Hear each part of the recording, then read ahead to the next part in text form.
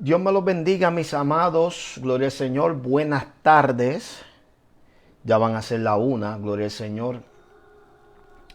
Y hoy nosotros tenemos, amén, un estudio especial que hoy vamos a sacar el tiempo. Yo sé que yo he venido hablando sobre dar este estudio que es tan crucial y tan importante ahora más que nunca. Por la sencilla razón, mis amados, que ya yo estoy viendo mucho desvío. Estoy viendo mucho desvío, estoy viendo mucha confusión. Me parece mentira que dentro de los que están engañando son aparentemente supuestos maestros, evangelistas, pastores mismos, que están confundidos con este asunto del rapto. Entonces, mi deber es no venir por estos medios a hacerle pensar a nadie que yo soy el único que tengo la verdad. Aquí el único que tiene la verdad es Dios. Y esa verdad ya no está oculta. Esa verdad se reveló por medio de su palabra. Y en la Biblia está abiertamente esa verdad revelada. Es decir, yo no necesito ir delante de Dios y pedirle que me dé una nueva revelación. No existe tal cosa. La palabra de Dios es la palabra revelada. Aquí revela su intención, su mente, su corazón, su propósito, su voluntad para tu vida y la mía, para Israel y la iglesia colectivamente. Este tema del rapto o arrebatamiento, como mejor se refiere a la Biblia, es uno de igualmente muy controversial. Pero es uno que está también de igual manera escandalizando la iglesia. Y yo temo que pues la cifra de los que están dejando de creer en este evento que es inminente. Inminente significa lo siguiente, que no hace falta señal que la preceda. O sea, no hace falta ninguna señal para que nos indique, ok, mira, el rapto viene.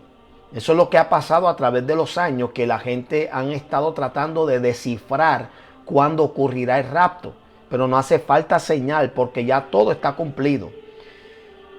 Y hay varias cosas que voy a tener que tratar de aclarar para que la gente, pues, porque hay muchas cosas que muchos que están ya dejando de creer, que están confundiendo, han dejado de creer en el rapto porque están confundiendo ciertos escritos o episodios dentro de la Biblia que no están sabiendo remediar o tratar de, ¿verdad? De alguna manera ubicarlos en su lugar. Entonces tenemos lo que hoy vemos, que hay un sinnúmero de personas que están creyendo, amén, en que la iglesia va a pasar por la tribulación. Primero que nada vamos a empezar, amén, con tratando de identificar las teorías, porque honestamente son teorías. Hay 4 de ellas, antes habían 3, pero ahora vamos a tener que incluir una cuarta teoría. La primera teoría es la que se llama la pretribulacional y es lo que se le llama la preira. Pretribulacional o preira. Y esta teoría es la que yo creo y un montón de cristianos debemos de creer. Y es la teoría de que la iglesia será arrebatada antes de que entre el periodo de los 7 años que están divididos en 2 partes.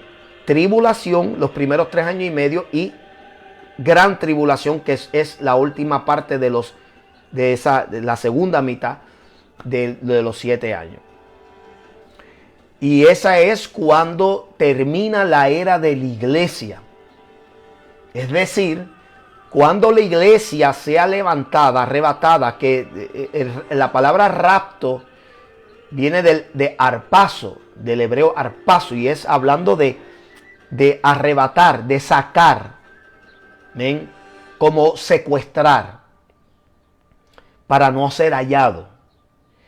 El problema con mucha gente es que piensan que esto es una idea fantasiosa, que algunos dicen eso es simplemente una ilusión que se hace en la iglesia porque para tratar de escapar de una ira que merecemos todos, etcétera, etcétera. Todos los inventos que pueda formular las personas que no creen en el rapto lo van a hacer.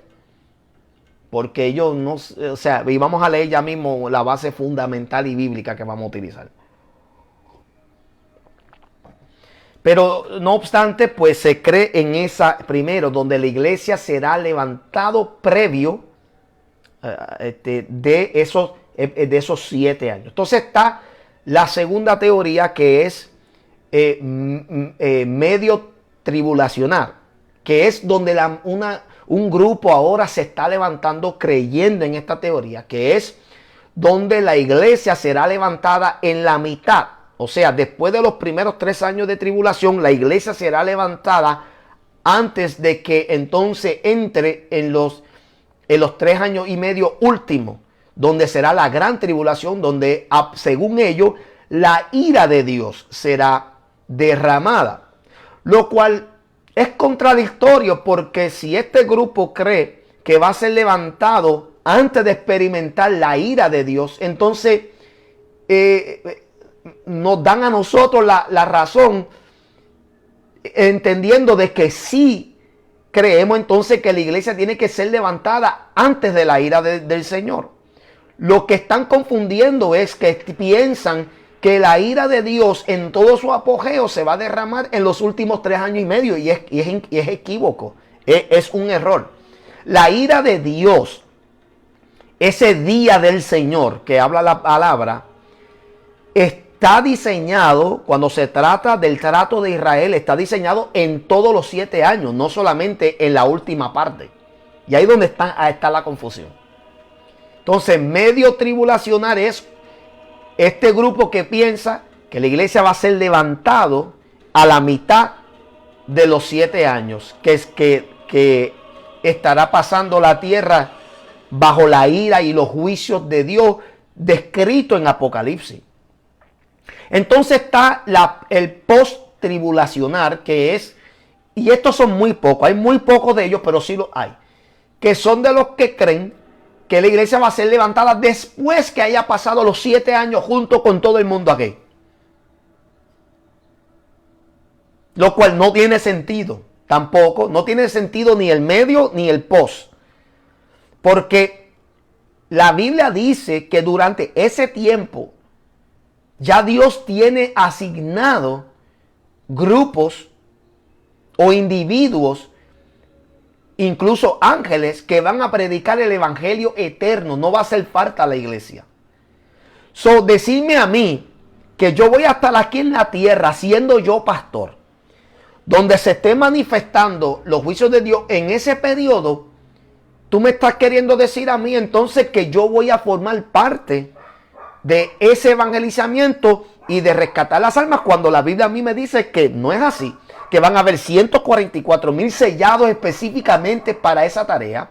Los 2 testigos, que su identidad no ha sido revelada, solamente hay especulaciones. Algunos dicen que es Enoc y Elías, porque son los únicos 2 que la Biblia dice que fueron sacados de la tierra y no vieron muerte, y que según Hebreos 9:27, que está establecido que los hombres mueran y después de esto el juicio, y muchos dicen que es Enoc y Elías, otros dicen que es Elías y Moisés, porque las señales que hacen estos 2 testigos son muy idénticos a los tiempos de Elías y de Moisés.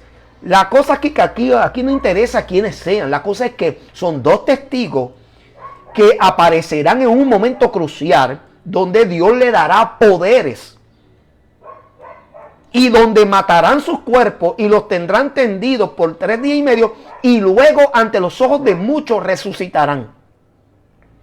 La iglesia no va a estar aquí, pero hay algunos que piensan eso. Y aparte de eso habrán ángeles, no pastores, ángeles. Lea bien Apocalipsis, ángeles que estarán predicando el evangelio eterno, el evangelio puro, no el evangelio que tú y yo hoy estamos predicando, que es aguado, corrompido, disminuido, diluido, contaminado, de todo. Porque cuando tú y yo metemos nuestros razonamientos, nuestras opiniones, lo dañamos, lo corrompemos. Por eso es que ese tiempo Dios tiene una gente preparada y asignada. La era de la iglesia terminó. Entonces no tiene sentido entonces que ni medio tribulacional ni post tribulacional sean las que la Biblia esté aludiendo. La Biblia habla claramente que la iglesia será levantada. Y yo no tengo que utilizar Apocalipsis 3:10 como muchos piensan que la iglesia se basa mucho en ese verso. Nada más para establecer el punto del tribulacional. Lo vamos a ver con varios versos. Vamos a verlo, a ver. Vamos a ver qué la Biblia dice. Entonces está la cuarta teoría, que esta es la que hay una gran mayoría que está ya fomentando. Una gran mayoría, evangelistas, apóstoles, maestros, pastores, profetas, arcángeles, de todo. Porque hoy en día es por base de títulos. Y es que no hay arrebatamiento en lo absoluto. No hay arrebatamiento. Y lo establecen por una sola razón. Mira qué cosa. Por una sola razón. Porque la palabra rapto no aparece en la Biblia. Amado, el hecho de que un término o una palabra no aparezca en la Biblia no significa que la doctrina o la enseñanza no lo está. La palabra Trinidad no está en la Biblia. Sin embargo, la doctrina y la enseñanza sí lo está. Padre, Hijo y Espíritu Santo. ¿De qué estamos hablando? Entonces, si es así, con razón entonces la comunidad LGBT, los gays, los lesbianos, los transexuales, bisexuales, están practicando abiertamente porque la Biblia no habla, no menciona homosexual por término. No hay palabra homosexual, lesbiano, transexual, no hay. Eso no existe en la Biblia como en sus términos. Entonces, si es así, yo podría decir entonces que los que viven esa vida pueden practicarla. Suena absurdo, ¿verdad que sí? ¿Por qué? Porque aunque la palabra homosexual, aunque la palabra lesbiana, aunque la palabra transexual, aunque la palabra bisexual, aunque la palabra pansexual no esté en la Biblia, pero la enseñanza en contra de que un hombre se amancille con otro hombre, como lo hace con una mujer, que es abominación, está ahí. Mira qué claro, mira qué fácil. Así de fácil. Entonces nosotros no podemos descartar algo simplemente porque su terminología no esté ahí. O sea, tenemos que entender eso. Y hay muchas cosas que podemos seguir hablando de que no menciona ahí. Pero no podemos dejarnos llevar eso para entonces establecer, bueno, si no lo dice, pues es que no significa que no hay problema. El término o la palabra pornografía no está tampoco en la Biblia. Y porque no está en la Biblia, ¿eso te da a ti derecho a envolverte en la pornografía? Claro que no. O sea, yo puedo continuar con muchas cosas que no hay en la Biblia. Pero le puedo mostrar que sí hubo momentos o hay versos que hablan de esa situación. El término aborto no está. El único si más bien lo utilizó fue Pablo. Y tenemos que entender que obviamente la Reina Valera no es la versión original. Acuérdense que a medida que se iba traduciendo la palabra del Señor de su lenguaje original, pues se le comenzó a dar sus términos para que tú y yo pudiéramos entender lo que se refería. Pero Pablo es el único que habló del aborto, hablando de él mismo, y a lo último se me apareció a mí como un abortivo.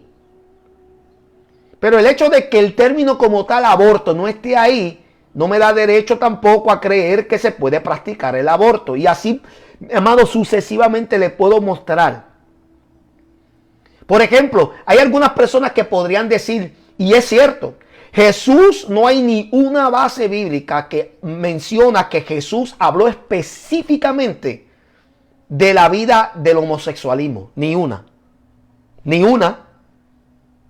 Solamente lo vemos en las epístolas. Por ejemplo, en Romanos capítulo 1 vemos que Pablo habló sobre esta perversión. Pero Cristo, que es donde mayormente la gente utilizaría, lo utilizaría a él y lo citaría a él porque obviamente lo ven como el fundamento principal de todas las cosas.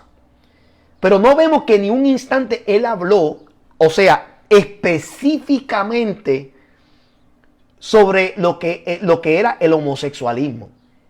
Y yo he escuchado decir, pero si Cristo no lo habló, pues quiere decir que no es malo.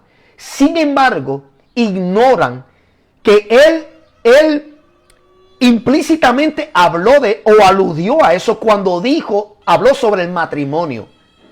Que dice, al principio creó Dios al hombre, hembra y varón los creó. Y los dos serán uno.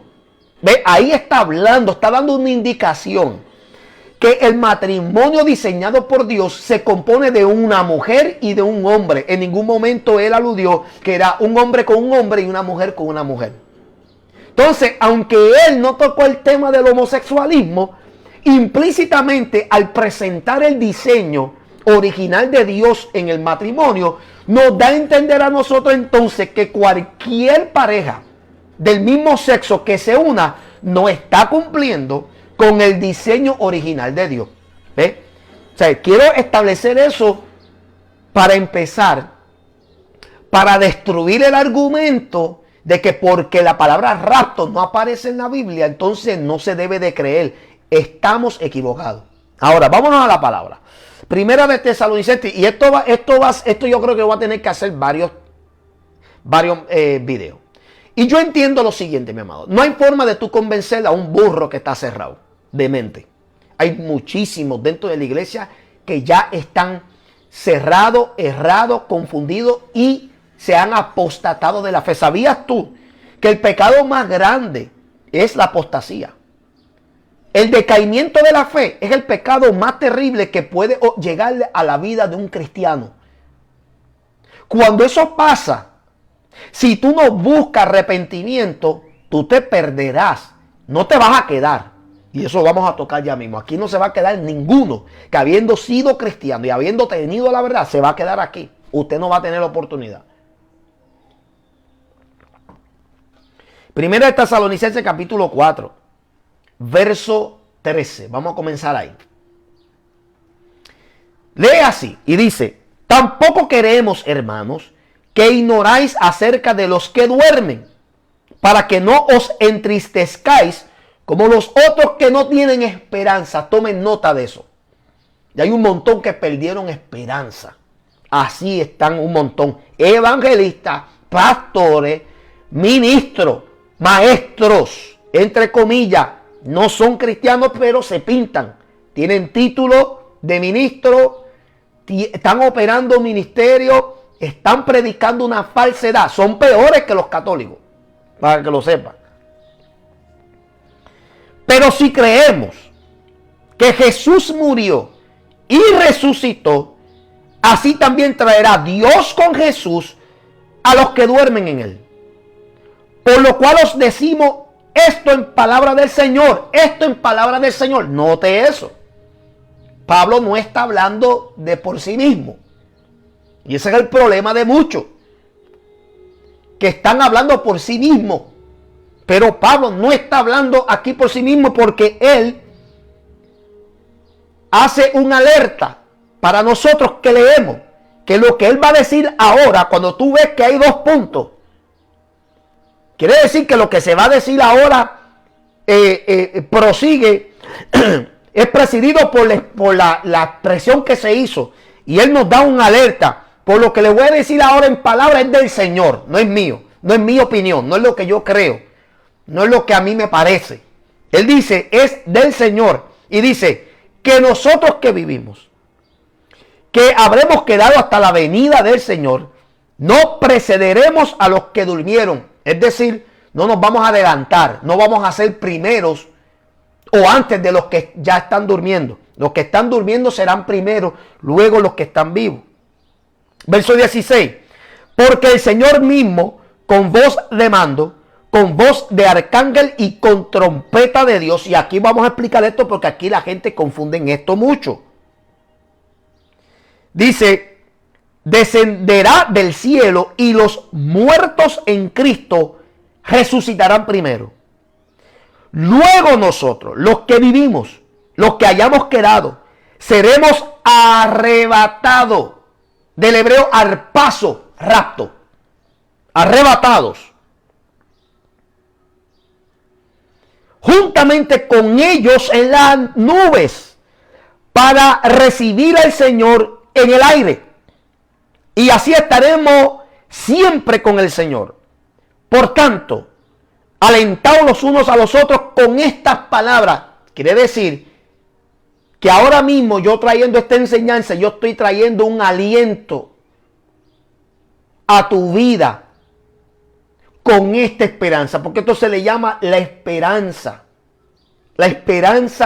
acogida de la iglesia. Yo estoy alertándote a ti, yo estoy tratando de animarte, motivarte, que esto es un evento que se va a dar, es inminente, quiere decir que no hace falta más señales. Todo está cumplido, esto puede pasar en cualquier momento.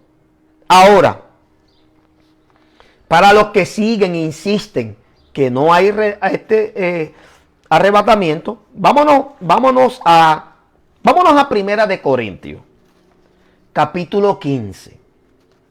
Y cuánto yo quisiera que los falsantes, y anoche estuve hablando con uno, que se dice evangelista, cuánto quisiera yo que estuvieran conectados ahora mismo, pero es que yo sé que, como yo soy tan directo, yo sé que no se van a meter en este estudio. Primera de Corintios capítulo 15. Verso 12. Mira lo que Pablo dice. Pero si se predica que Cristo resucitó de los muertos, ¿cómo dicen algunos entre vosotros que no hay resurrección de muertos? Porque el arrebatamiento, este es el problema, la gente se está pensando que el arrebatamiento está incluyendo solamente los que queden vivos, ignorando que en el arrebatamiento, el rapto, arpazo, primero incluye los que están durmiendo, es decir, muertos. Si tú niegas que hay un rapto, que no hay rapto, o sea, si tú dices que no hay rapto, y tú no crees en eso, tú eres de las personas que Pablo está hablando aquí en la primera epístola de los Corintios, en capítulo 15. Tú eres de las personas que no estás creyendo que hay resurrección, porque el arrebatamiento incluye la resurrección de los que duermen y la transformación de los que están vivos. ¿Entendiste eso? O lo hablo en chino, arameo, hebreo, como tú quieras que lo diga. Anyway, vamos a seguir. ¿Cómo dicen algunos entre vosotros que no hay resurrección de los muertos? Verso 13, porque si no hay resurrección de muertos, tampoco Cristo resucitó, eso está claro. Y si Cristo no resucitó, vana es entonces nuestra predicación, vana es también vuestra fe. Nota lo que está diciendo Pablo. Si tú no crees en la resurrección que va a ocurrir por medio del arrebatamiento primero, porque hay otra resurrección que eso habla en Apocalipsis, en eso vamos a hablar luego. No nos vamos a enredar ni nos vamos a adelantar mucho. Si tú no crees en eso, tu predicación es vana y tu fe también. Abandona lo que estás haciendo, ¿sabes? Tú no eres un predicador, tú no eres un ministro. De nada te sirve. De nada te sirve. De nada te sirve ir a la iglesia, de nada te sirve cargar una Biblia, de nada te sirve abrir tu boca y hablar falsedades.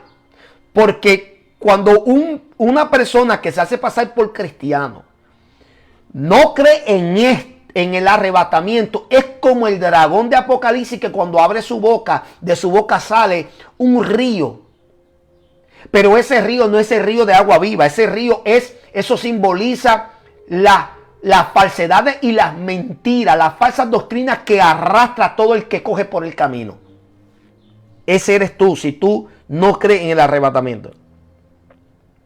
Y Pablo dice, y si Cristo no resucitó, vana es entonces tu predicación y vana es tu fe.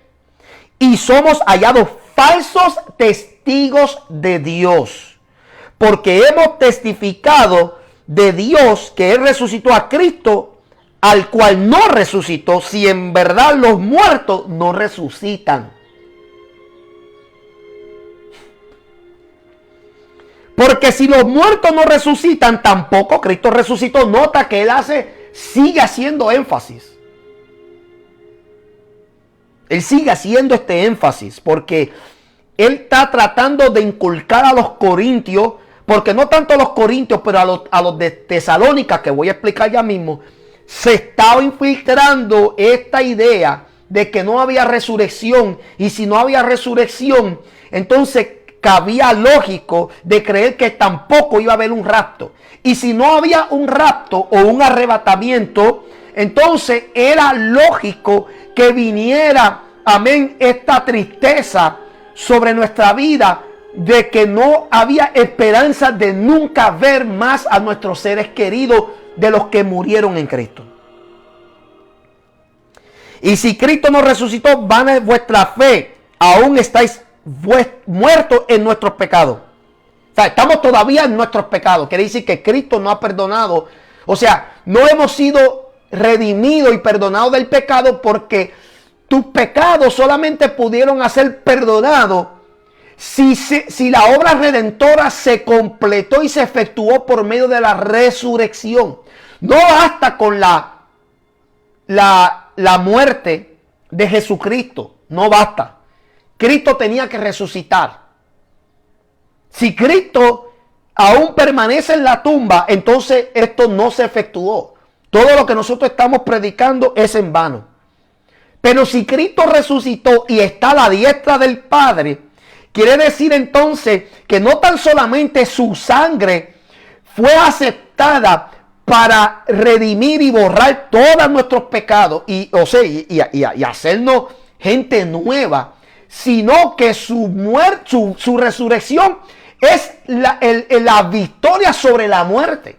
Y Él es el primogénito de los que resucitaron. Jesucristo es el único que resucitó y nunca murió. Repito, Jesucristo es el único que resucitó y no volvió a morir. Lázaro resucitó, pero volvió a morir. Los que salieron de las tumbas, que resucitaron, esos también volvieron a morir. Los que Jesús hizo un milagro con la niña que le dijo Talita Cumi, a ti te digo levántate, y a otros más, los que los profetas resucitaron como Elías. O sea, esas personas que resucitaron y volvieron a tomar vida, esos murieron de nuevo. Cristo es el único que murió, resucitó y nunca ha visto muerte. No ha visto muerte, está vivo por los siglos de los siglos. ¿Cuántos dicen amén? Verso 18, entonces también los que durmieron en Cristo perecieron. Los que durmieron en Cristo perecieron. Los que durmieron en Cristo perecieron. Si tú no crees en el arrebatamiento de la iglesia, tú estás diciendo que Cristo no resucitó de los muertos. Si Cristo no ha resucitado de los muertos porque tú no crees en el arrebatamiento, lo que tú estás predicando no sirve. Deja de predicar. Deja de cargar con la Biblia. Porque lo que tú estás hablando no tiene poder porque sale de ti. Porque sale de ti, de una persona que es incrédula, que no cree. Si tú no crees en el arrebatamiento, es porque tú no crees que Cristo resucitó de los muertos. Y si tú no crees que Él resucitó de los muertos, ¿cómo entonces podemos tener esperanza de los que murieron en Cristo puedan entonces resucitar? Cuando que la Biblia habla claramente y contundentemente que hay un suceso, amén, que ocurrirá antes de los 7 años. Y conste que el arrebatamiento no se puede confundir con la segunda venida. El arrebatamiento no es la segunda venida de Jesucristo. La segunda venida de Cristo es cuando Él toca pies en el monte de los olivos, según Zacarías capítulo 14. Vaya y léalo. En Zacarías capítulo 14 hay una profecía donde los pies de Jesucristo tocarán el monte de Olivo para establecer su reinado. Esa es la segunda venida. Pero el arrebatamiento es ese interludio, esa pausa, ese paréntesis entre su primera venida, que ya él vino en carne, amén, a la tierra aquí. Esa es su primera venida, pero entre la segunda, entre la primera y la segunda venida, hay un interludio, un intermedio, y ese es el arrebatamiento.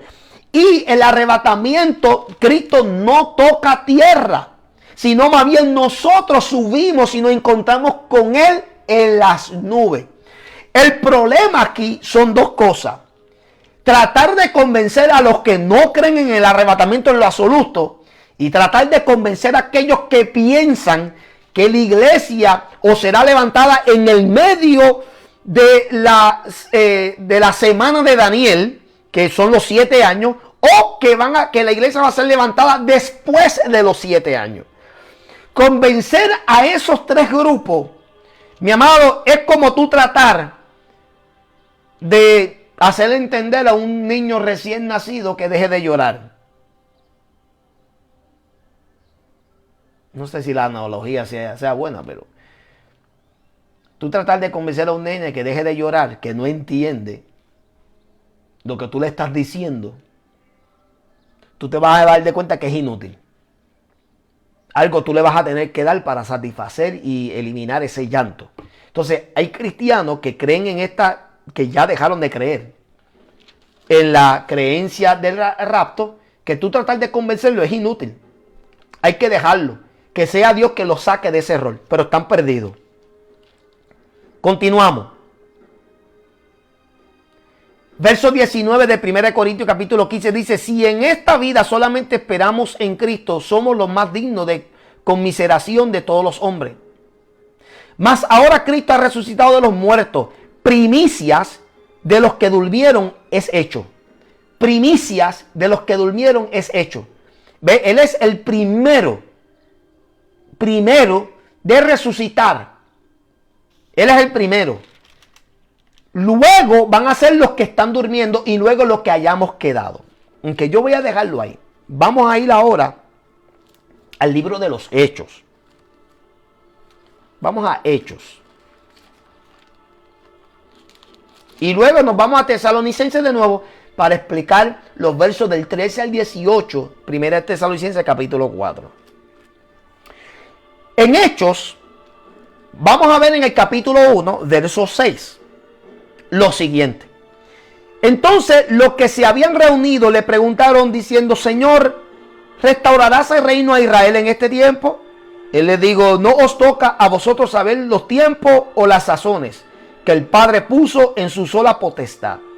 Pero recibiréis poder cuando haya venido sobre vosotros el Espíritu Santo. Y me seréis testigo en Jerusalén, en toda Judea, en Samaria y hasta lo último de la tierra. Y habiendo dicho estas cosas, viéndolo ellos, fue alzado. Y le recibió una nube que lo ocultó de sus ojos. Voy a hacer una pausa aquí rapidito para explicar esto. Hay algunos eruditos que piensan que aquí el término nube no se está refiriendo, ¿verdad?, a esa masa gaseosa que nosotros vemos en el cielo, sino que aquí el término nube está refiriéndose, por ejemplo, a cuando se aglomera un montón de personas. Y aquí está hablando, obviamente, hay algunos eruditos que han dicho que la nube aquí se está refiriendo a la aglomeración y a la compañía masiva de ángeles que se reunieron para recibirlo a él. Lo cual tiene mucho sentido también. No importa si es una nube como la nube que conocemos, esa masa gaseosa que se forma en el cielo, o si es precisamente una nube, porque habla de, Pablo habla de una, que nosotros, nuestro testimonio, somos una carta abierta ante una nube de testigos. ¿Ve? Pablo utiliza también el término de nube, porque cuando se aglomeran las personas, es como si formaran una nube de algo. ¿Okay?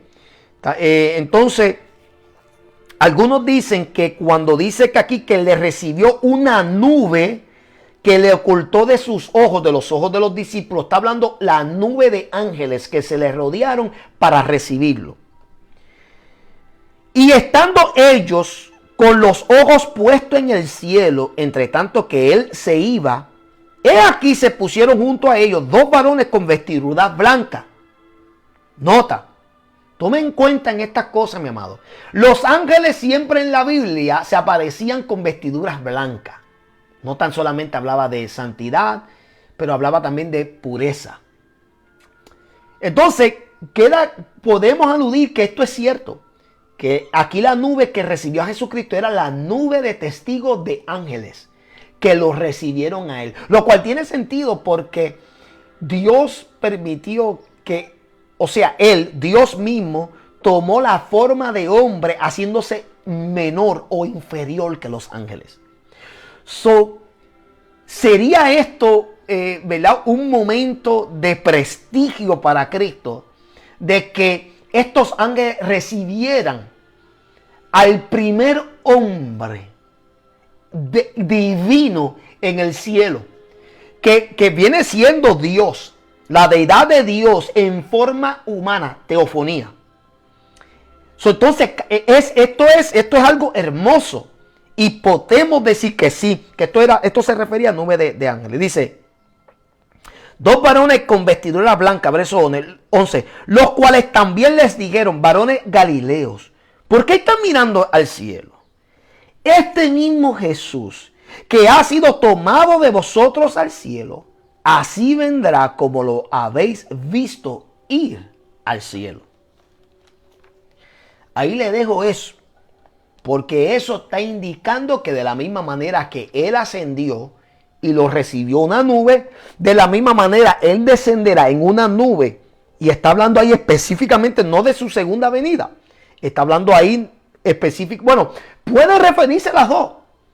Puede referirse a las dos. Porque acuérdense que Israel tenía el pueblo de Israel está dividido en la actualidad. Está uno que sí tiene la esperanza puesta en el arrebatamiento. Pero está la otra que no creen en el arrebatamiento, que están esperando la segunda venida de Cristo.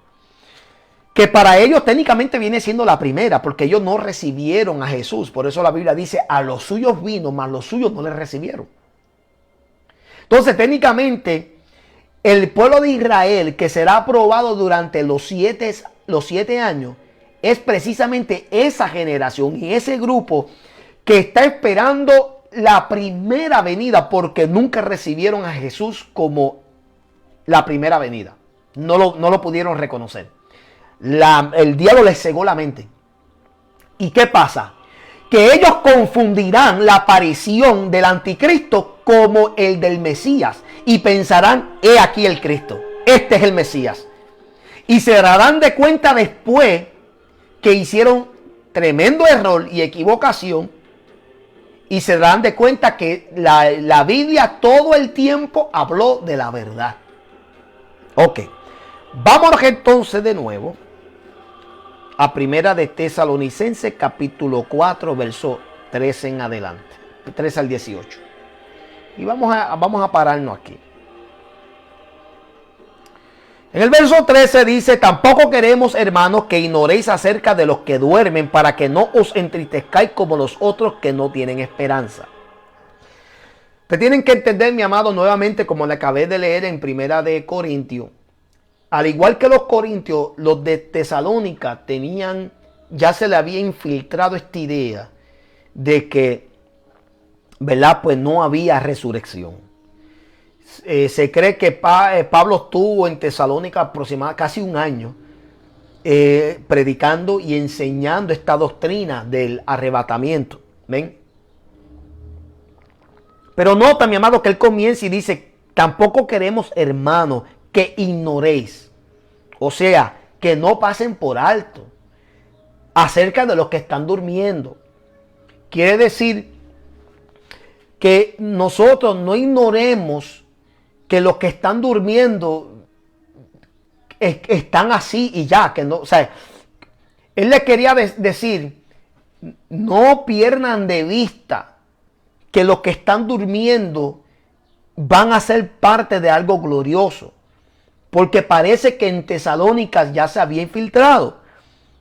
Y él le dice, para que no os entristezcáis, porque él le estaba notando y posiblemente había llegado a sus oídos, que ya este grupo en Tesalónica estaba ya creyendo que no había resurrección. Y al creer que no había resurrección, entraron en tristeza como lógico, porque todas las personas que murieron, que fueron fieles al Señor, que eran devotos, en la mente de ellos ya estaba promoviéndose, nunca los vamos a ver. Si se murieron, se perdieron, o sea, se perdieron en el sentido de que ya no sabremos más de ellos, ya la memoria de ellos quedó en el olvido. No sabremos más de ellos.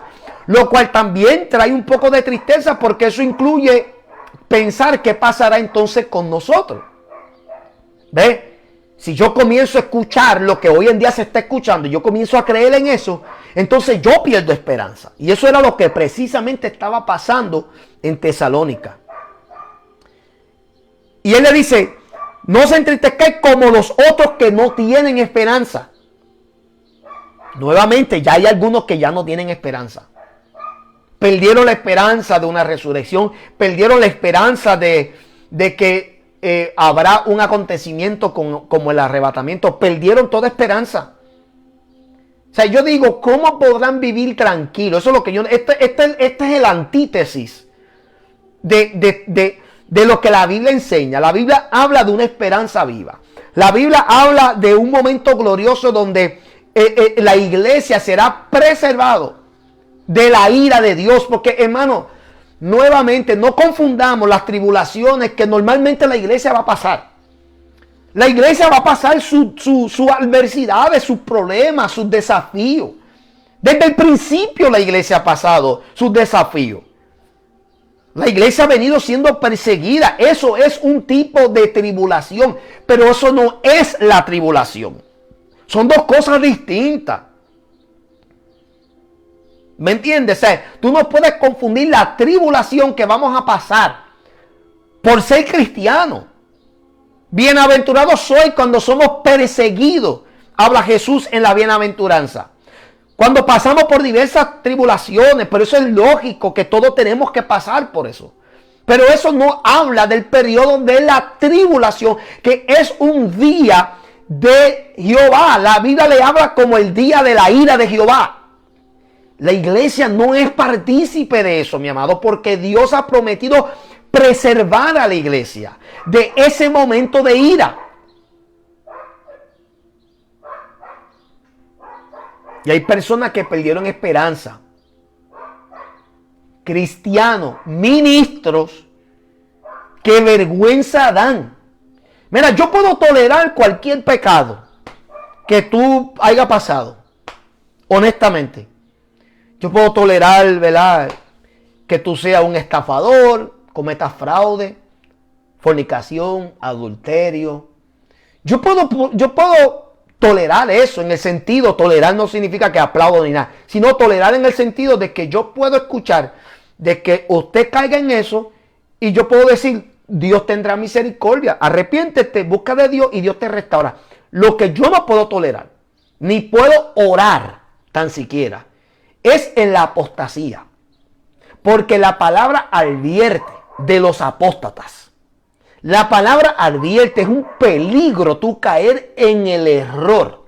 En el momento que tú caigas en el error, y tú no tan solamente caigas en el error, pero tú enseñes cosas erradas, tú estás ya perdido.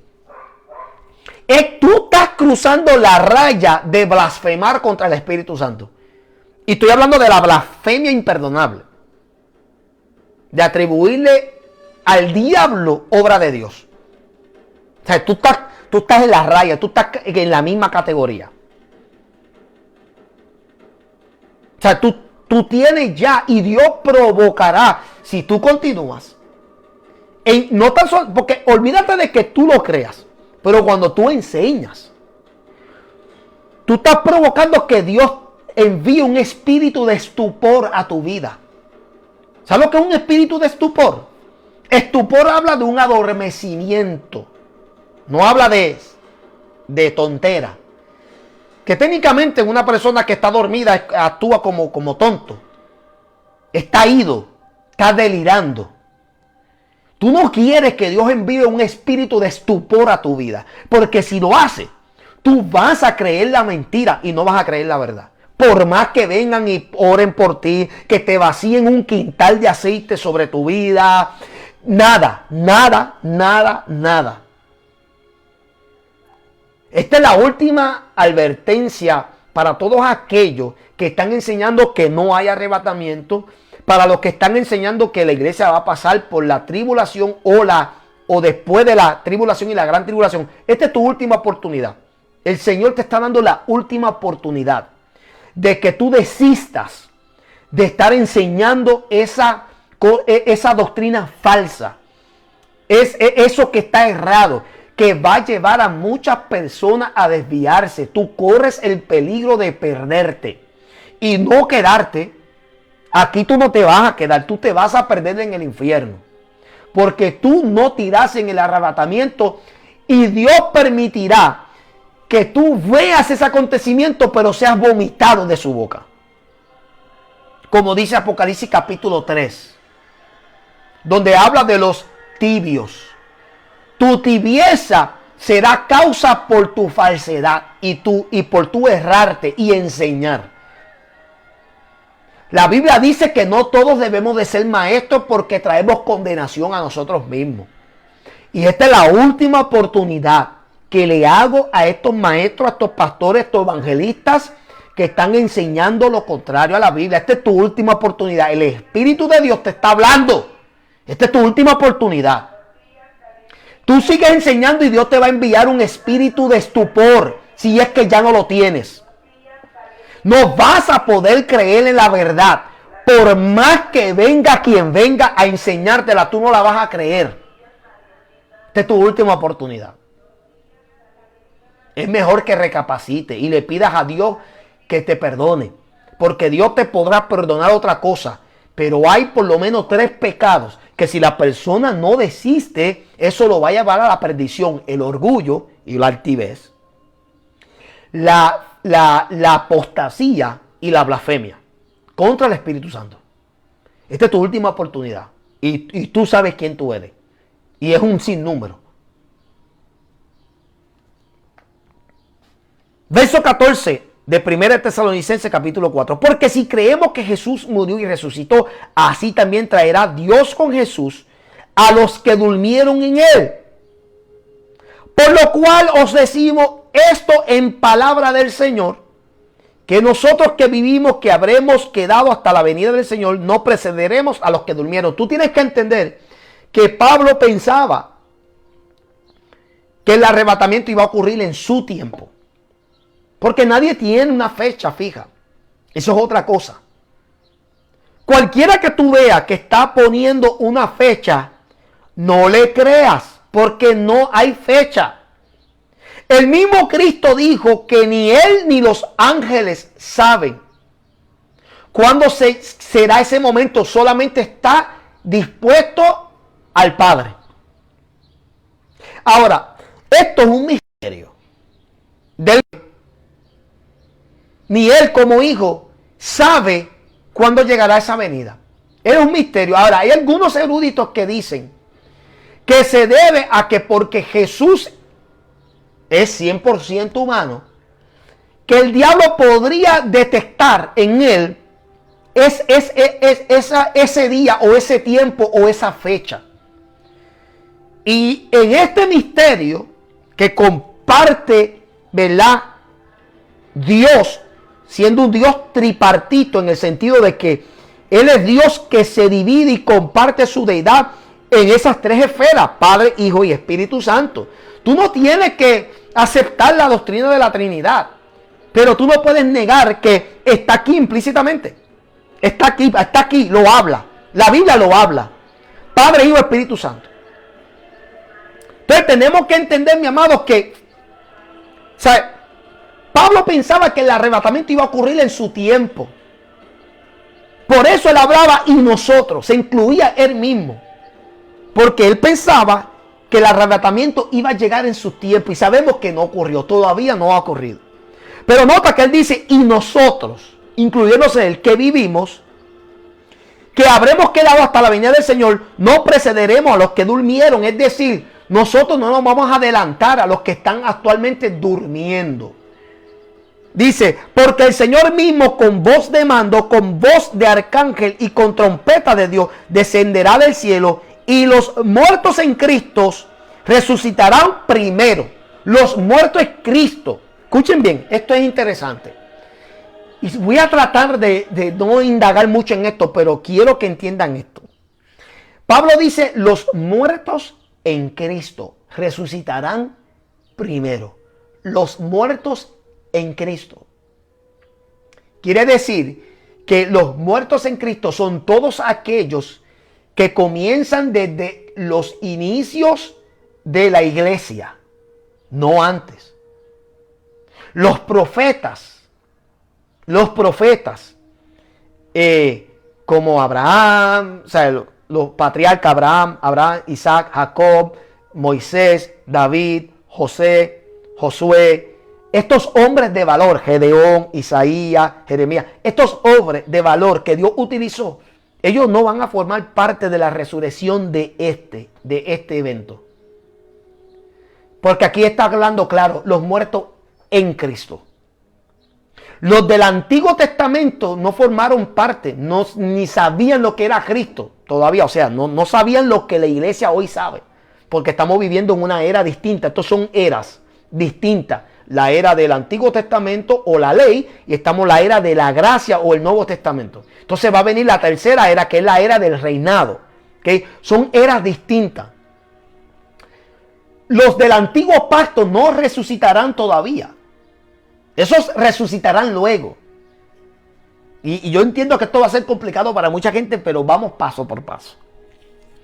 Pero aquí está hablando de los muertos en Cristo. Quiere decir los que forman parte de la iglesia.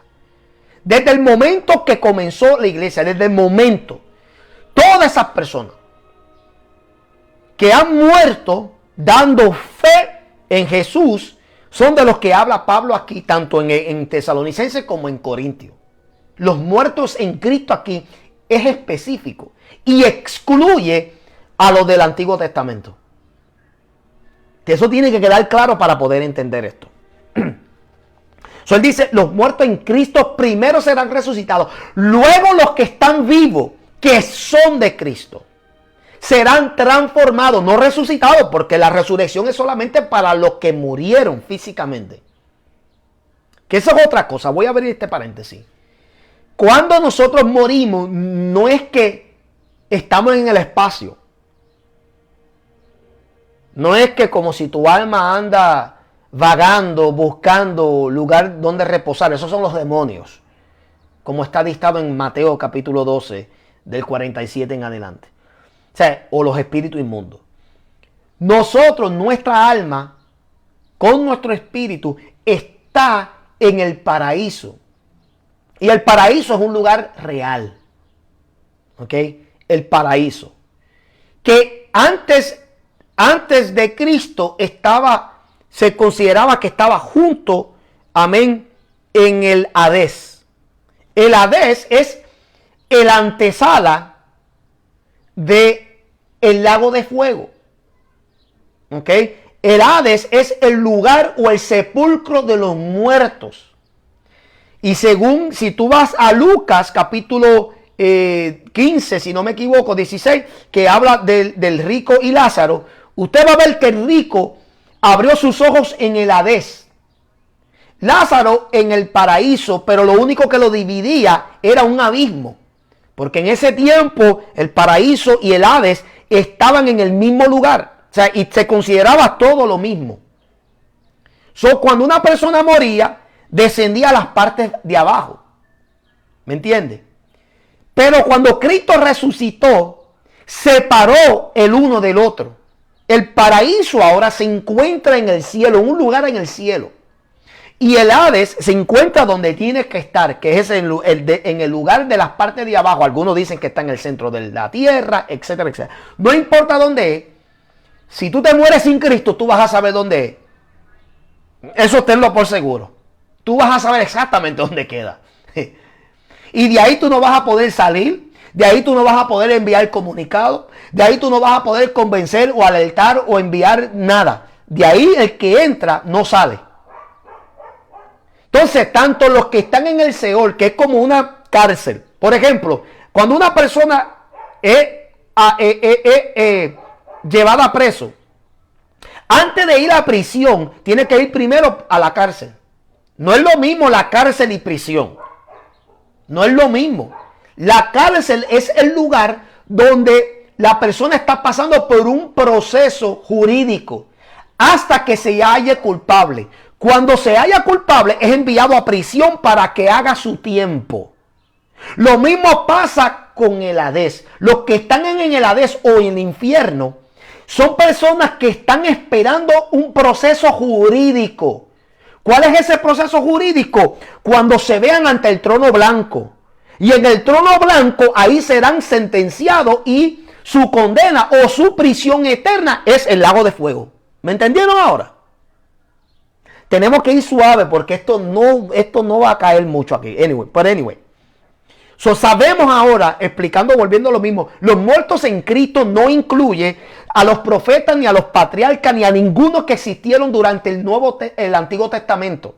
Está hablando de todo lo que tenga que ver con, desde el comienzo y los inicios y el fundamento de la iglesia en Cristo.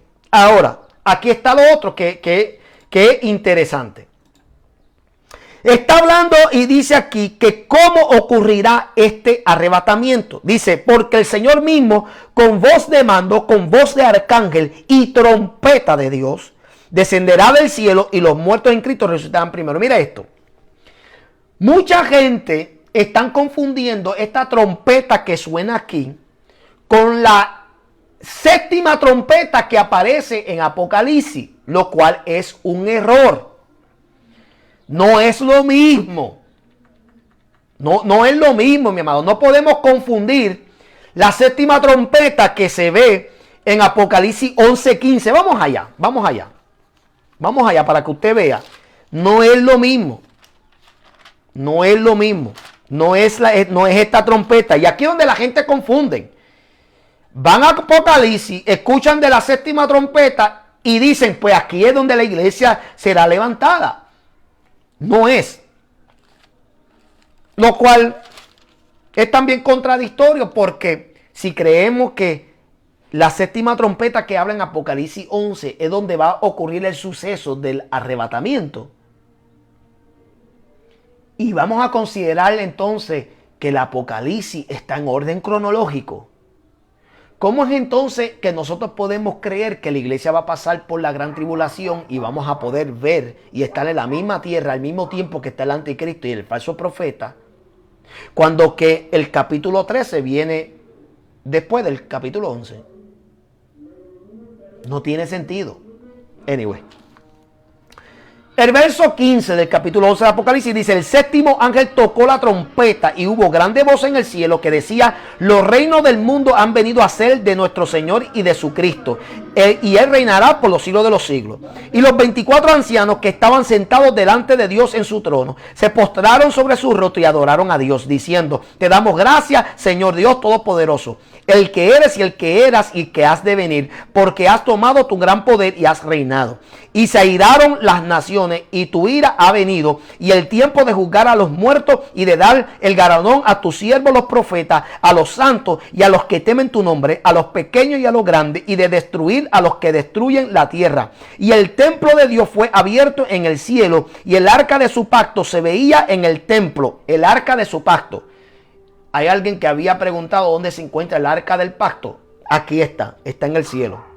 Y hubo relámpago, voces, truenos, un terremoto y grande granizo. Ahora, muchos dicen que esta trompeta da a entender aquí que esto puede ser el momento en que la iglesia es levantada.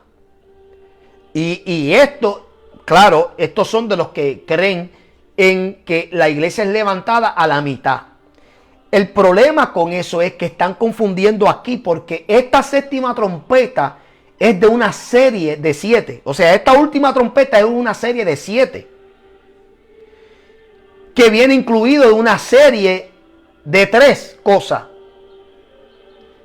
7 sellos, 7 copas, 7 trompetas. Lo primero que tenemos que ver es eso. Número 2, que habla de plural, trompetas. Pero mientras cuando nosotros vamos a Tesalonicense, no habla en términos de plural. Dice, y con trompeta de Dios. No habla con trompetas de Dios.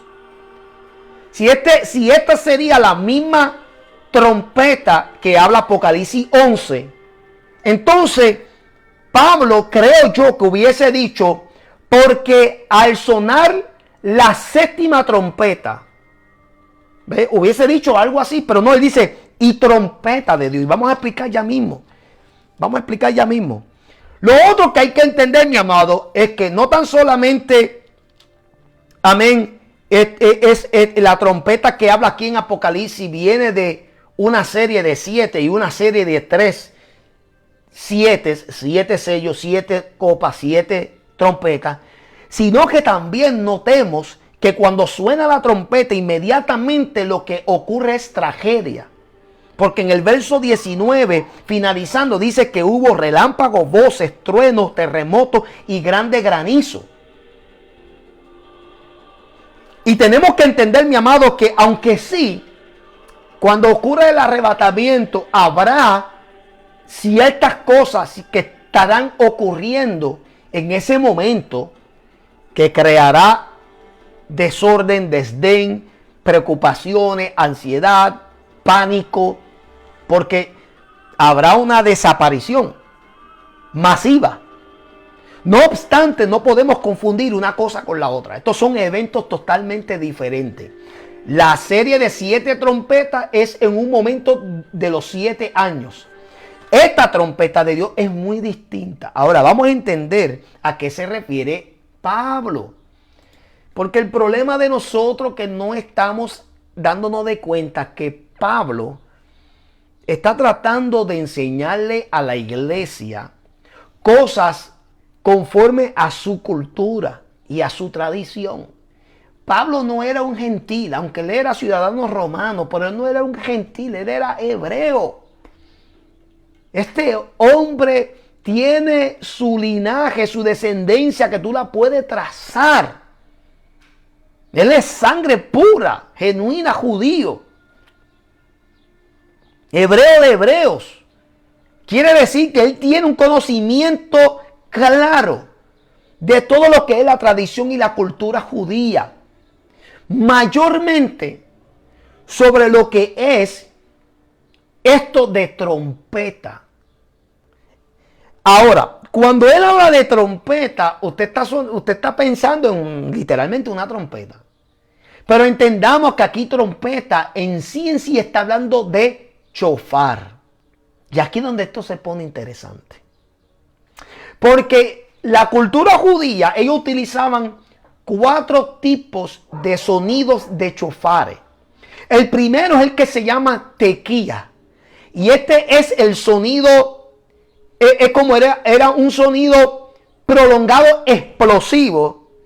Y este sonido se hacía para anunciar la gloria de Dios. Y era un sonido fuerte, tronador. Y era... Y eso era dando, como quien dice, cuando Jesucristo entró, por ejemplo, a Jerusalén en el asno, que entró como rey y le estaban levantando las palmas, también había sonido de chofar. Duro, dándole gloria. Aquí viene el rey. ¿Ve? Ese es el primer sonido, el tequía. El segundo es el shefarim. Y este es un sonido suavecito de 3 toques, 3 sonidos suaves. Hace.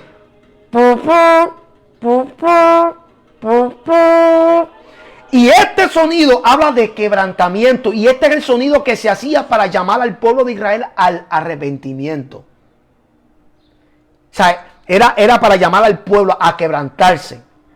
Nuevamente, 3 sonidos suaves, delicados.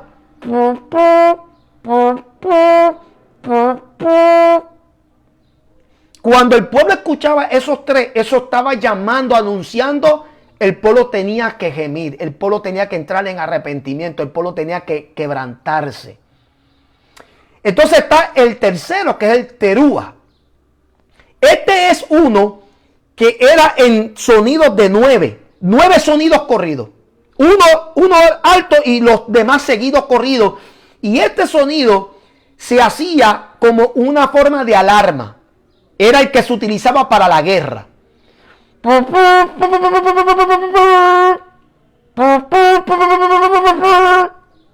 Perdóname que no puedo imitar exactamente los sonidos, pero es para que usted tenga una idea. Este tercero, que es el terúa, este habla, es como una alarma.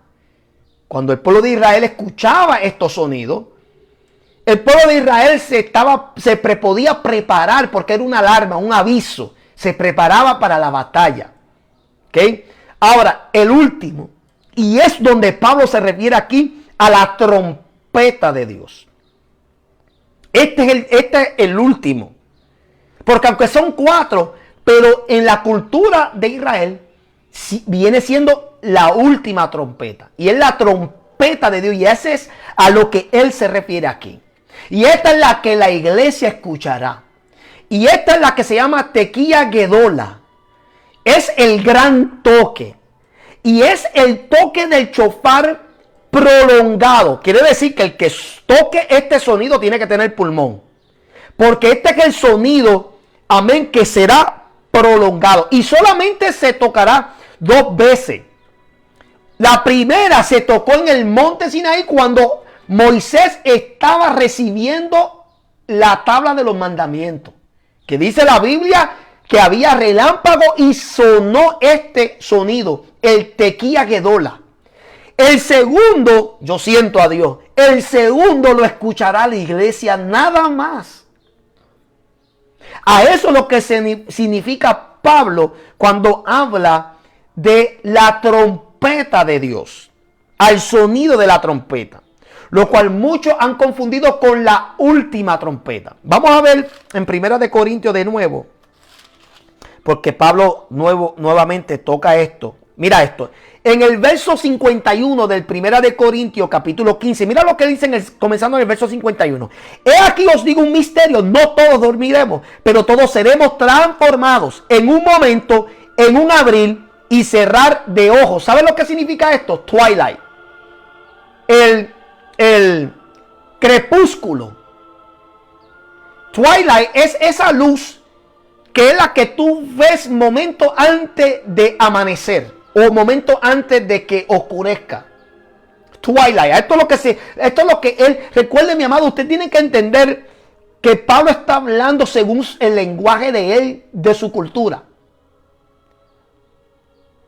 Claro, y él lo está simbolizando con un abrir y cerrar de ojos. ¿Por qué? Porque el crepúsculo que nosotros vemos, el twilight, sea amanecer o cuando está descendiendo el sol, cuando tú lo ves por un momento y desaparece.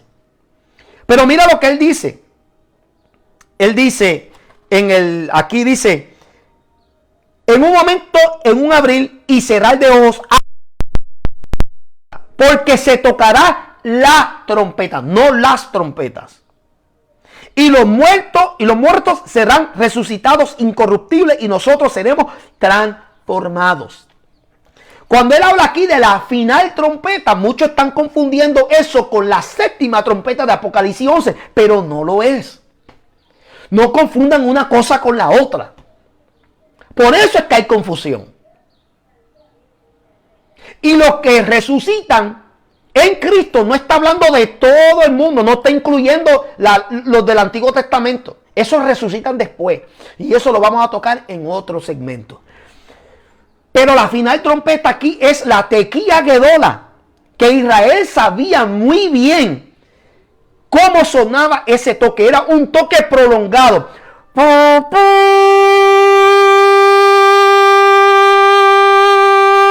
Esa trompeta, yo siento a Dios. Ese sonido del chofar solamente lo escuchará la iglesia. Porque es un sonido agudo y extendido. A esa es la trompeta. Ese es el sonido del chofar que habla Pablo. Tanto en Corintios como en Tesalonicenses. No está hablando de la final trompeta de Apocalipsis 11. Está hablando de ese sonido que la iglesia va a escuchar. Ahora, la gente insiste en que la iglesia pues va a pasar por la tribulación, ignorando un sinnúmero de cosas que verdaderamente, vamos a leer en segunda de Corintios, vamos a leer en Tesalonicense. Yo estaba ya, déjame buscar aquí Tesalonicense, rapidito.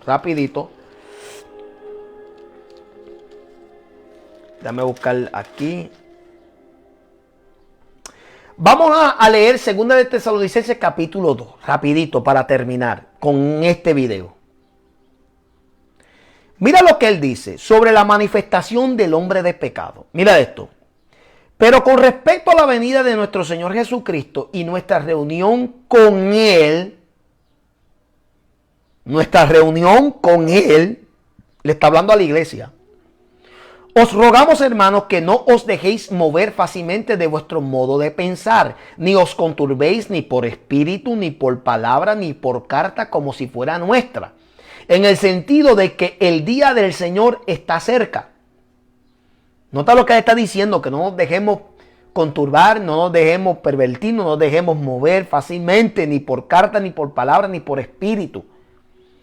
Nadie os engañe de ninguna manera, porque no vendrá sin que antes venga la apostasía. Le estamos viendo ya. Pero note que aquí Pablo ahora está hablando específicamente de ese periodo de los 7 años. Él está diciendo, no se dejen engañar, porque ese periodo de los 7 años, que se le considera como el día del Señor, no vendrá sin que antes, número uno, ve, en el rapto no hace falta más señales. Pero para ese periodo sí hace falta señales y lo estamos viendo. Y él dice, no vendrá sin que antes venga la apostasía. Apostasía es cuando tú te apartas de la fe y de todo lo que tenga que ver con la creencia y la doctrina del Señor. Y dice, no vendrá sin que antes venga la apostasía y se manifieste el hombre de pecado, el hijo de perdición, el cual se opone y se levanta contra todo lo que se llama Dios y es objeto de culto. Esa es la otra evidencia. Esa va a ser la otra. O sea, la primera es la que abre la puerta y la que tira la alfombra roja, que es la apostasía. Y muchos ya hay mucha apostasía. La segunda es cuando aparezca ese hombre. El hombre de perdición, que aquí es el anticristo, no puede aparecer hasta que no haya un ambiente que él pueda manifestarse, porque el anticristo no se puede manifestar todavía donde la iglesia está haciendo luz, donde la iglesia está haciendo sal. Él necesita manifestarse donde ya la verdad, amén, ya no es, o sea, cuando la iglesia esté levantada técnicamente. Dice, tanto que se siente en el templo de Dios como Dios, haciéndose pasar por Dios. Nota que está hablando, eso va a pasar. Pensar que usted, siendo parte de la iglesia, usted va a poder visualizar que en CNN o en NBC o en CBS o en cualquier otra cadena de reportaje, de momento anuncien y tú veas con tus ojos, tú siendo ministro, tú siendo un hermano en Cristo, y tú veas que de momento un hombre inicuo, el pecador, el anticristo, el abominable, se siente en el trono y públicamente le diga a la gente que Él es Dios ahora, y tú seas presencial de eso, tú tienes un problema. Si tú quieres, mira, yo oro por ti. Si tú quieres, yo viajo hasta donde tú estás te vuelvo a bautizar en el nombre del Padre, Hijo y Espíritu Santo. Y te doctrino para que no te pierdas. Si tú quieres, me avisa. Verso 5. ¿No os acordáis que cuando yo estaba todavía con vosotros os decía esto? Ahora vosotros sabéis lo que lo detiene. Lo que lo detiene. Aquí lo que lo detiene es una cosa. Es la iglesia. A fin de que a su debido tiempo se manifieste. Porque ya está en acción el misterio de la iniquidad. Solo hay quien al presente lo detiene. Esto es un alguien, una persona, es el Espíritu Santo. Hasta que él, alguien, una persona, a su vez sea quitado de en medio. Quiere decir que hay alguien y algo que en el presente está impidiendo que este hombre inicuo se manifieste. O sea, el entorno está. El entorno ya está preparado, el ambiente ya está preparado. La apostasía, las mentiras, las falsas doctrinas, los espíritus engañadores, ya está el ambiente. Pero todavía hay lo que lo detiene, que es la iglesia, y el que lo detiene, que es el Espíritu Santo. Hasta que él a su vez sea quitado de en medio. Eso está claro. Y entonces se manifestará aquel inicuo a quien el Señor matará con el espíritu de su boca y destruirá con el resplandor de su venida. De su venida. No está hablando del arrebatamiento aquí. Aquí está hablando de su segunda venida. Porque el anticristo se le permitirá gobernar el mundo y hacerles cante por esos 7 años. Donde la última parte, la segunda parte, será el tiempo más peligroso. Porque se le llama la gran tribulación, la ira de Dios. Ese día del Señor. Eso será peor. Porque los primeros 3 años y medio habrá tribulación y la ira de Dios estará. Pero acuérdense en que el anticristo aparecerá con una apariencia de piedad y tratará de convencer al mundo entero a que le entreguen a él el poder. Y él tratará de establecer una economía mundial, un gobierno mundial. Y todo esto acontecerá en tan solamente 3 años y medio. Donde el mundo entero y 10 reinos, 10 naciones, 10 países poderosos darán a todo el poder a este anticristo para gobernar el mundo entero. Esto es demasiado. Esto no todo el mundo lo va a poder entender. Dice: inicuo, cuyo avenimiento es por obra de Satanás, con gran poder y señales y prodigios mentirosos, y con todo engaño de iniquidad para los que se pierden. Para los que se pierden. Por cuanto no recibieron el amor de la verdad para ser salvos. Por esto Dios les envía un poder engañoso para que crean la mentira, a fin de que sean condenados todos los que no creyeron la verdad, sino que se complacieron de la injusticia. Aquí hay 2 cosas. Aquí está hablando de aquello, cuando ocurre el arrebatamiento, aquí se quedarán en la tierra escépticos, agnósticos, ateos. Mayormente esos grupos. Y todos los que practicaban otras religiones que no tenían la verdad fundamentada en Dios. Y los que practicaban brujería y hechicería obligatoriamente se quedarán. Porque esos son los primeros que le darán ¿verdad? Le rendirán a Satanás toda su corazón. O sea, le rendirán su fidelidad. Serán fieles a él los que trabajan en hechicería y todo eso. Pero aquí no habrá ninguna persona que haya sido creyente. No habrá. ¿Qué papel tú juegas aquí? A ver, si tú fuiste pastor, si tú fuiste evangelista, si fuiste misionero, si fuiste profeta, si fuiste maestro, si fuiste un cristiano que no operaste en ningún ministerio, pero fuiste cristiano, ibas a la iglesia. tal vez no todos los días, pero te voy a regalar los domingos, que iba todos los domingos fieles. Eras un dominguero. ¿Para qué falta tú vas a hacer aquí? Que vas a abrir obra, que vas a viajar el mundo entero a evangelizar. Tú no vas a hacer falta aquí. Porque aquí el falso profeta estará aquí para establecer su propia religión. ¿Para qué tú vas a estar aquí? Tú no vas a hacer falta. O sea, entonces la pregunta es esta, la que se hace en la gente. Ok, pero entonces el cristiano que no se vaya en el rapto, ¿dónde estará? En el infierno. Pero ¿cómo tú lo sabes? Pues está bien, vamos a Apocalipsis, capítulo 3. Yo he enseñado esto numerosas veces, lo que pasa es que la gente no quiere hacer caso. Hablándole a la iglesia de Laodicea, comenzando en el verso 15 del capítulo 3. Yo conozco tus obras, que ni eres frío ni caliente. Ojalá fuese frío o caliente. Ustedes tienen que entender que Laodicea estaba en un lugar. Laodicea, primero que nada, estaba en una región que era bien poblada. Obviamente esto era un lugar desarrollado, era una metrópoli.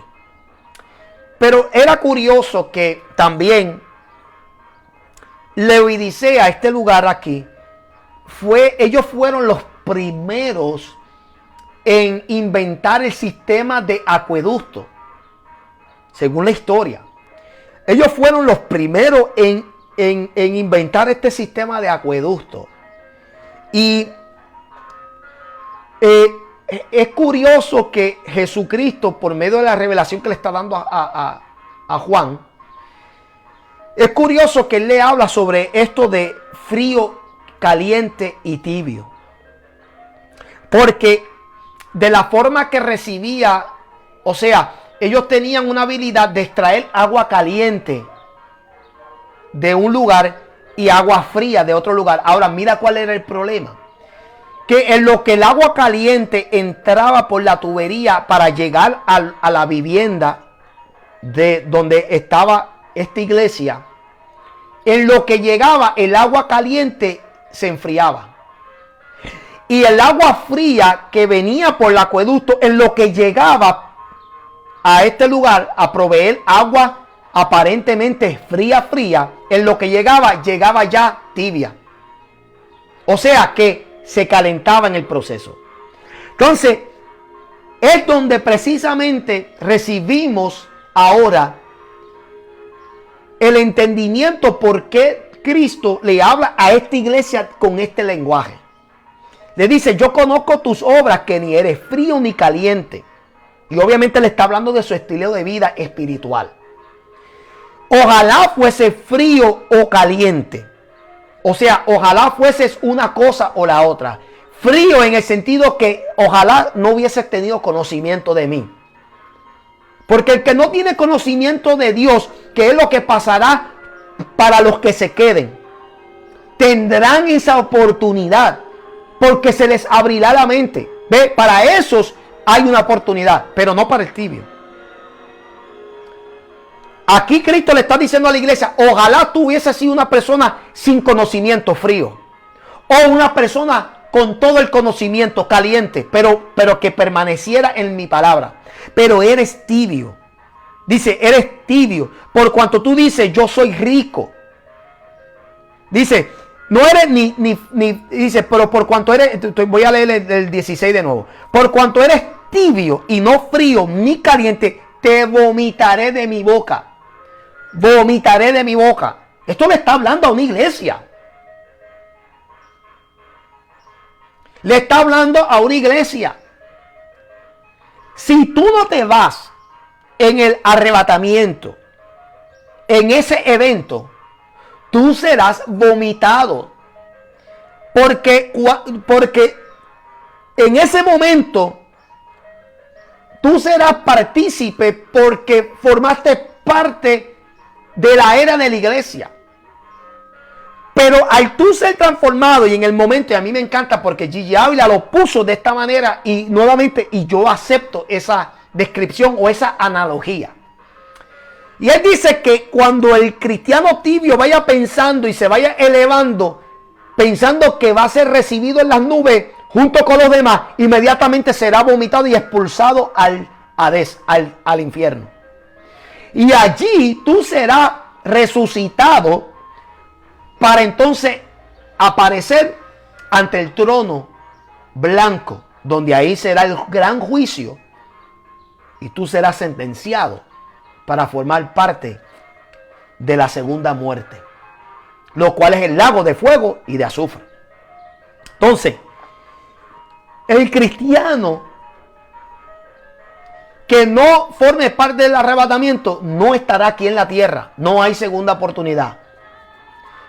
La segunda oportunidad serán para esos escépticos, esos agnósticos, esos ateos, esas personas que simplemente no tenían conocimiento ni nada por el estilo. Pero ojo, no son personas que necesariamente rechazaron el evangelio, porque hay que entender que Cristo también dio una advertencia, que están ya condenados los que no han creído en el unigénito de Dios, según Juan capítulo 3, del 18 en adelante. Hay una condenación ya firme, estable, contundente para los que no hayan creído en el unigénito de Dios, por cuanto no creyeron. Y leímos aquí en Tesalonicenses que Dios enviará un espíritu de estupor. Un espíritu de estupor para que se crea la mentira por cuando no quisieron aceptar la verdad. Ahora, suponer que un cristiano que alababa a Dios, que cantaba coro, que iba a la iglesia, que cargaba Biblia, que predicaba, que tenía mucho conocimiento, se queda aquí en la tierra y no sea parte del arrebatamiento. ¿Tú te crees que tú vas a tener la capacidad para darte de cuenta que te quedaste? ¿Tú te crees que tú no vas a tener la fuerza, o que tú vas a tener la fuerza para tú resistirte ante la amenaza y la persecución que se aproxima y se avecina aquí en la vida, en este mundo? ¿Tú te crees que tú vas a tener la fuerza de voluntad para tú decirle no a la bestia y a marcarte?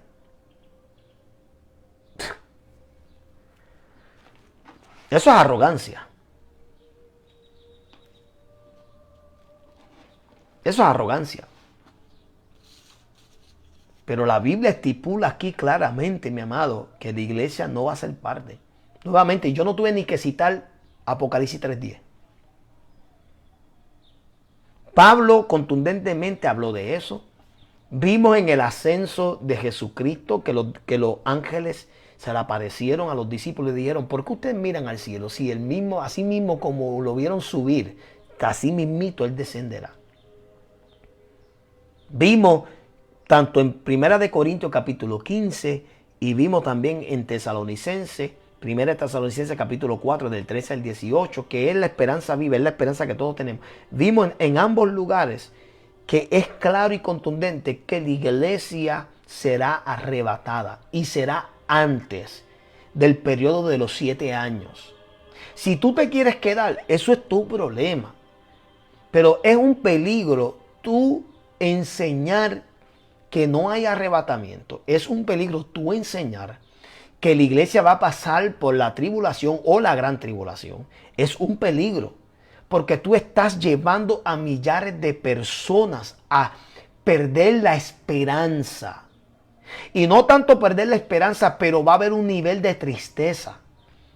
Porque la persona, lo primero que van a decir las personas: bueno, si no nos vamos en el arrebatamiento y ya estamos en el tiempo de la ira de Dios, ¿de qué vale? Por eso vemos tantos dirigales. Entonces la gente piensa que ellos están seguros de ellos mismos, de que ellos van a... O sea, si ahora mismo ahí nos estamos peleando nosotros, ¿qué nos asegura a nosotros que no, cuando aparezca ese anticristo? Es más, ¿sabe cómo yo sé que la iglesia no va a ser parte aquí? Porque va a ser fácil tú poder ver al anticristo, y así cualquiera. Así cualquiera. Si yo veo al anticristo y yo sé que es el anticristo, pues así cualquiera. Yo voy y me arrepiento. Señor Dios mío, me arrepiento y arreglo mi vida. Así cualquiera.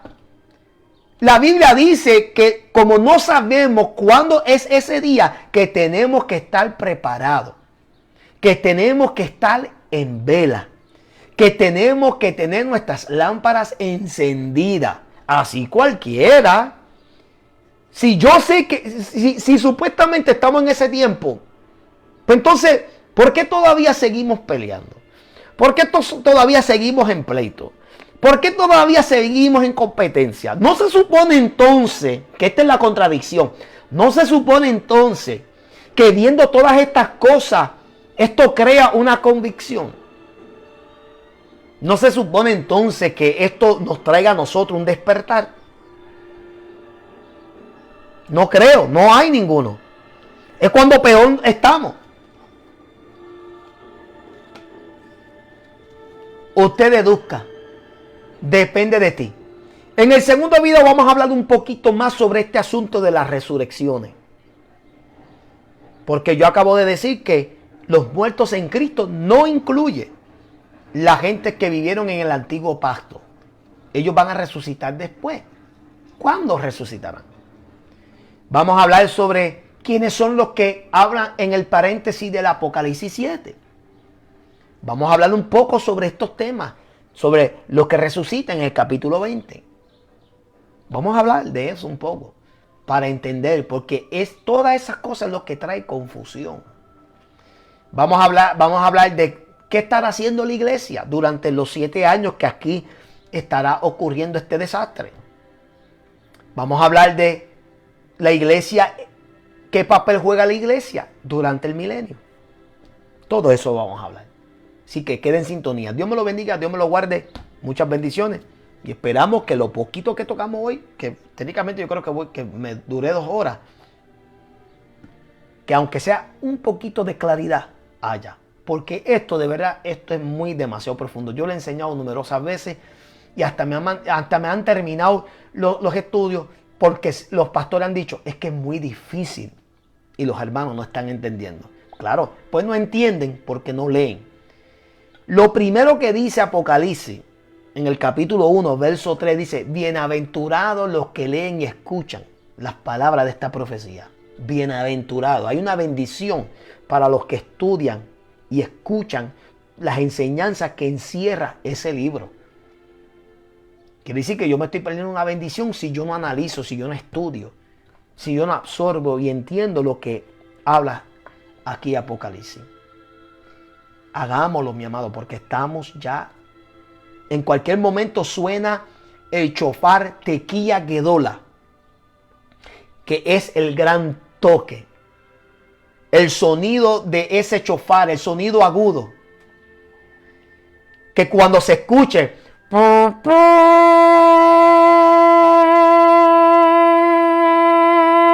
la iglesia se levantará. Los muertos en Cristo resucitarán y nosotros que hayamos quedado vivos seremos transformados en el crepúsculo, en un abrir y cerrar de ojos. Y nos encontraremos en las nubes con el Señor. Alienten a cada uno de nosotros, a los hermanos, con esta esperanza. Dios me lo bendiga y Dios me los guarde.